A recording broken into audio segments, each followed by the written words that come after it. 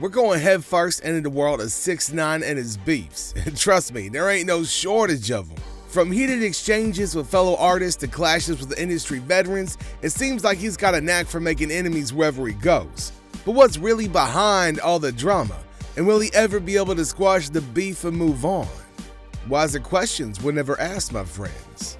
The shadow over 6ix9ine's rise. Now, his road to stardom, it wasn't exactly smooth sailing. Nah, man, he had some serious legal troubles to put a damper on his rap career. One of the big things that got everybody talking was when he pleaded guilty to a felony charge for involving a kid in a sexual performance. Dude, that's some pretty heavy stuff, and you know what? That accusation didn't just disappear into thin air. Nah, it stuck to the dude like glue, following him around like a shadow. It wasn't like a little storm that blows over quickly. Nah, it hung around like a heavy backpack, weighing down on him.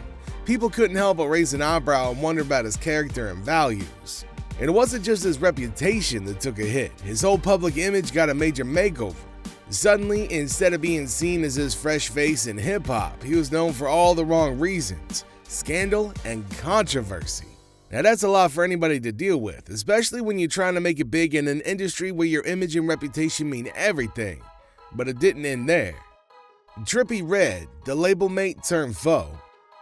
Alright, let me tell you about the story of Trippie Redd and 6ix9ine. Now these two used to be like peas in a pod, rocking out on stage together and probably having a blast in the recording studio too.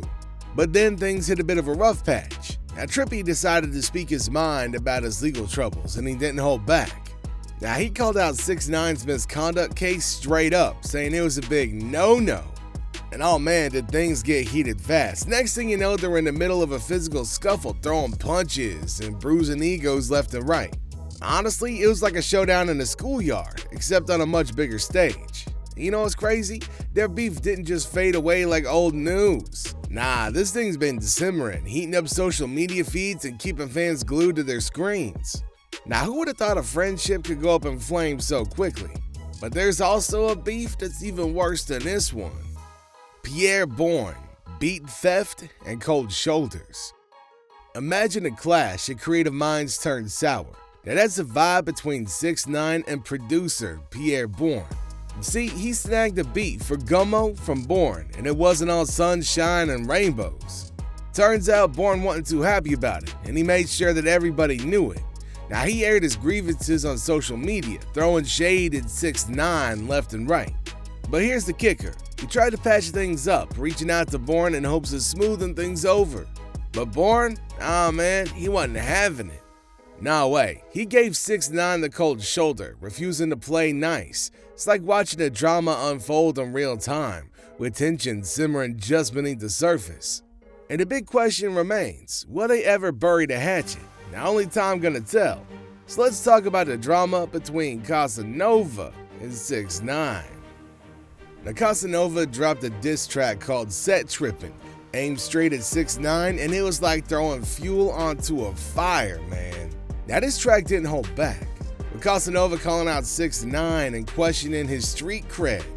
But 6ix9ine, he wasn't about to take that line down. During a live performance, he fired back, shouting out to the crowd about how he hooked up with Casanova's girl. Talk about a burn. Now where did all of this beef actually start though? Well, it's a classic case of egos clashing in the rap game.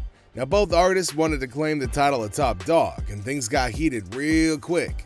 From online jabs to real-life confrontations, tensions between them kept escalating, turning their rivalry into a full-blown feud. It's like watching two alpha dogs battling it out for dominance, except with rhymes instead of claws. Most of the time. AC high, Texas standoff. Now picture this, tensions are high and things are about to get heated. Now it all started when his crew started acting disrespectful towards some women that AC High and his partner were with. Now AC wasn't having none of that nonsense. Now he stepped in to defend the honor of the ladies, and well, things escalated pretty quickly from there. Words were exchanged, tempers flared, and before you know it, it turned into a full-blown brawl that stopped traffic. Yeah man, you heard that right, a street fight right there in broad daylight. Man, it's like something straight out of Def Jam, Fight for New York. But here's the thing, while some might have reached for weapons or escalated things further, AC and his crew kept it old school, sticking to their fists. Now they stood their ground, refusing to back down, and in the end, they showed his crew that disrespecting women won't fly, especially not down in Texas. It's a scene like straight out of a Wild West movie, but with a modern day twist and a whole lot of attitude. But don't you go anywhere, cause we got more. The Game and YG, West Coast rejection. The West Coast drama between The Game, YG, and 6ix9ine. It's like watching a rap battle unfold on social media. So here's the deal. The Game and YG weren't too thrilled with his claims about being part of their gang scene. Nah, they saw right through it and decided to call him out publicly, no less. So they took to social media to air their grievances, throwing shade at him left, right, and center. It's like watching a digital showdown, with tweets and Instagram posts flying faster than you can say beef. But here's the deal, man. It didn't stop there. Nah.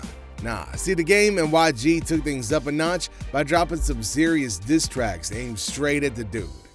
Now, it was like watching a lyrical boxing match with each rapper taking their shots and trying to come out on top. And man, let me tell you, it was intense. But hey, that's just how it goes in the world of hip-hop. When egos clash, you better believe there's gonna be some fireworks. But was it as bad as the showdown between 6ix9ine and J Prince Jr. down in Houston?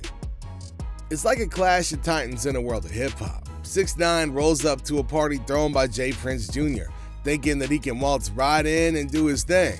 But hold up, J Prince Jr. and his crew wasn't having it.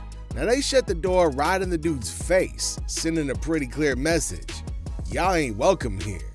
Now you'd think that he might take the hint and back off, right? Nah, man. He decides to stir the pot even more by taking to social media to call out J Prince Jr. and his crew.